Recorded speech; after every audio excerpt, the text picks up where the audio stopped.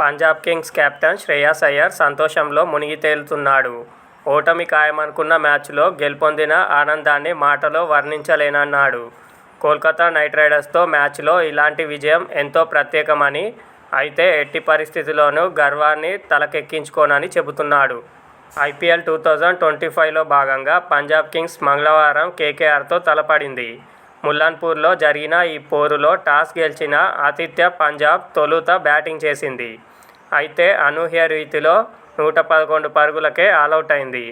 ఓపెనర్లు ప్రియాంశార్య 22, Prabhsimran Singh 30 పర్వాలేదనిపించగా, inform batter captain Shreyas Iyer duck out కావడం తీవ్ర ప్రభావం చూపింది.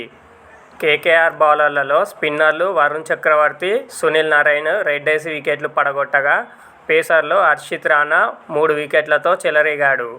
ఆండ్రిచ్ నాట్జే, వైభవ్ అరోరా చెరో వికెట్ దక్కించుకున్నారు. ఇక లక్ష్య ఛేదనలో కేకేఆర్కు ఊహించని ఎదురుదెబ్బ తగిలింది. టార్గెట్ పూర్తి చేసే దిశగా పయనిస్తున్న వేళ శ్రేయస్ అయ్యర్ తమ వెటరన్ స్పిన్నర్ యుజ్వేంద్ర చాహల్ను రంగంలోకి దించాడు. అయ్యర్ అంచనాలను నిజం చేస్తూ కేకేఆర్ కెప్టెన్ అజింక్య రహానె 17, అంగ్రిగిష్ రఘువంశీ 37, రింకు సింగ్ 2, రమణ్దీప్ 0 రూపంలో చాహల్ 4 కీలక వికెట్లు కూల్చాడు. తద్వారా కేకేఆర్ బ్యాటింగ్ పతనాన్ని శాసించి పంజాబ్ను విజయ తీరాలకు చేర్చాడు. ఈ క్రమంలో విజయానంతరం పంజాబ్ సారథి శ్రేయస్ అయ్యర్ హర్షం వ్యక్తం చేశాడు. ఈ అనుభూతిని మాటల్లో వర్ణించలేను.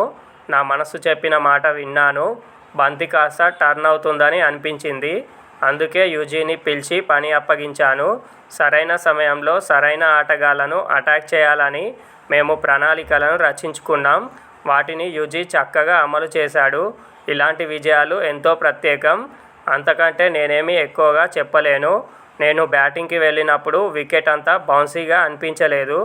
అయితే ఈ వికెట్పై మేము మెరుగైన స్కోరే సాధించామని అనుకుంటున్నా. అంతేకాదు 16 పరుగుల తేడాతో కేకేఆర్పై గెలిచాం కూడా.